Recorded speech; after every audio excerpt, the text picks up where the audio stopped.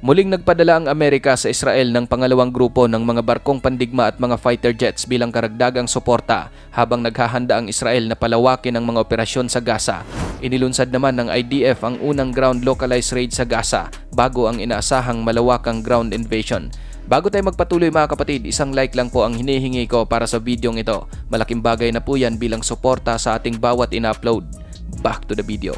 Ayon sa pahayag ni US Defense Secretary Lloyd Austin noong Sabado, nagpadala ang Pentagon ng pangalawang carrier strike group sa may silangang Mediterranean Sea. Maliban dyan, dinagdagan din ng US Air Force ang pagpapadala ng mga fighter jets sa rehiyon. Una nang nagpadala ang US sa karagatan ng Mediterranean ng isang carrier strike group na pinangunahan ng kanilang pinakasophistikadong aircraft carrier, ang USS Gerald R. Ford. The USS Gerald R. Ford strike group has now arrived in the eastern Mediterranean. Marami ang nag-iisip at nagsasabi na ang pagpapadala ng US ng kanilang mga barkong pandigma at mga fighter jets malapit sa Israel ay isang pakikialam sa labanan ng dalawang panig. Ngunit ayon sa Amerika, hindi layunin ng kanilang mga barko at eroplanong pandigma na sumali sa pakikipaglaban o makibahagi sa mga operasyon ng Israel. Ang mga barko raw na ito ay kanilang inilapit sa Israel upang magbigay ng mensahe sa Iran at iba pang mga bansang nais kumampi at makiisa sa Hamas. USS Dwight D. Eisenhower Strike Group ang pangalawang ipinadala ng US sa Eastern Mediterranean. Nagmula pa ang mga ito sa karagatan ng US European Command.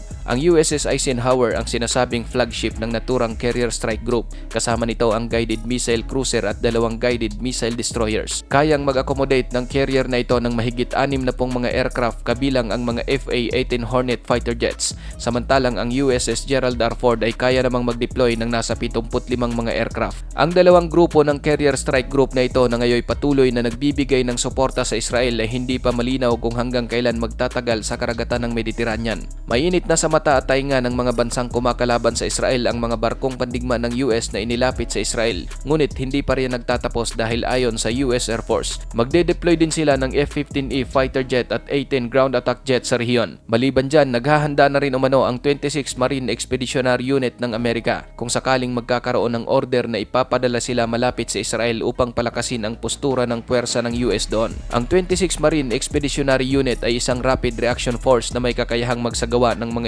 espesyal na operasyon. Ang unit na ito ay nakasakay sa amphibious assault ship na USS Bataan. Binubuo sila ng mahigit sa 2,000 mga marines at sailors na kayang suportahan ng malawakang evacuation. Kabilang sa mga mahahalagang misyon ng isang Marine Expeditionary Unit ay ang mga evacuation operations at humanitarian assistance.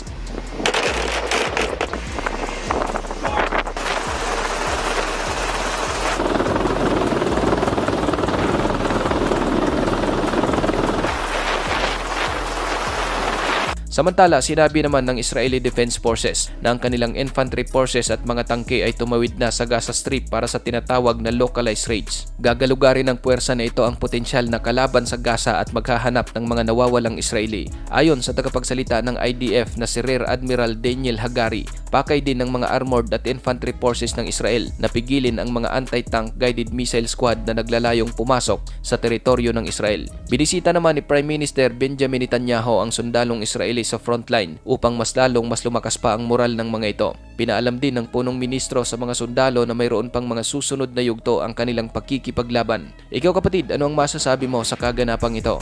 Para sa iyong opinion, i-comment mo na yan sa ating comment section sa ibaba.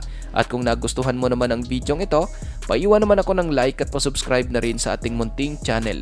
Maraming salamat sa panonood hanggang sa susunod na naman nating upload. Peace out!